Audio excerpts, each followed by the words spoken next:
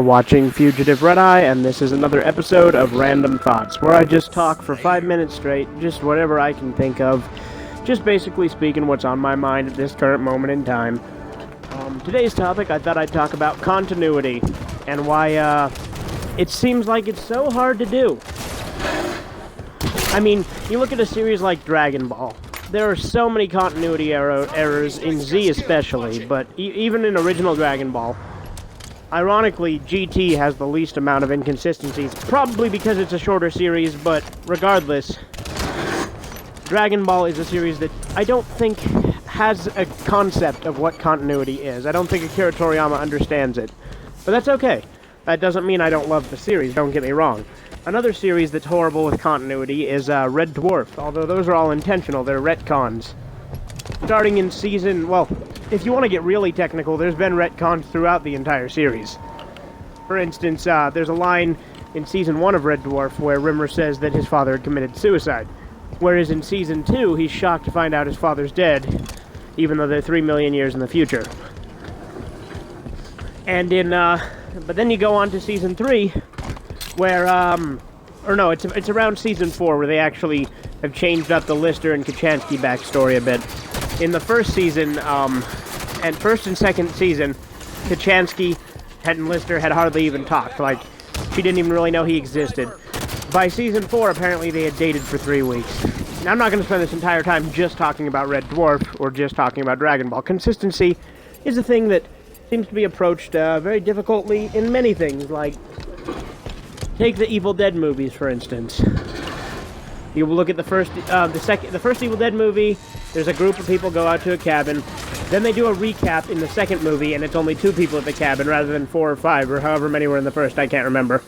Then in the third, they go on to do another recap and change it, simply because they didn't have the copyright rights to their own movies. Which brings me to another point, copyright infringement, and copyright holders. It pisses me off when people don't own the rights to their own created products. I mean, that's another reason that I don't really like copyright laws. I mean, that's why, in my, I actually forgot to mention this in my copyright rant. I was gonna go on about this. About how it's ridiculous that a lot of the times, content creators don't even own their original content.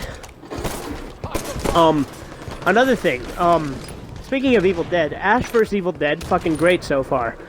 They've done 4 episodes so far, and they're all great.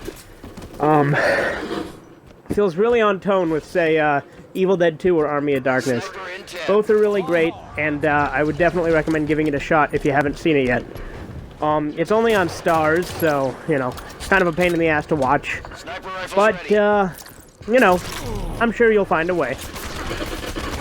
It's entertaining, and, you know, I assume it'll come out on DVD at some point, so I plan on getting those. Another thing, speaking of copyright infringement,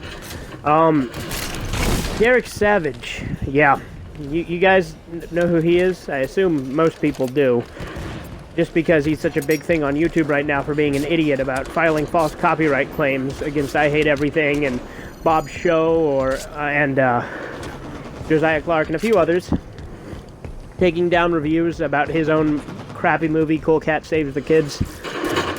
If you're watching this, Derek, which I sincerely doubt you are, I hope you get gonorrhea. I don't mean that literally, of course, I'm not heartless, but if you are watching this, I really do hope that you can see the error of your ways and put those videos back up. Now, that being said,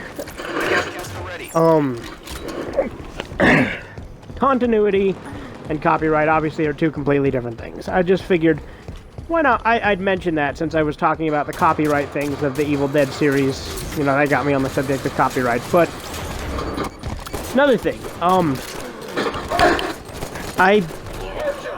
I'm sorry, I'm running out of things to say, but luckily my time is almost up. So, I think I will end on this note.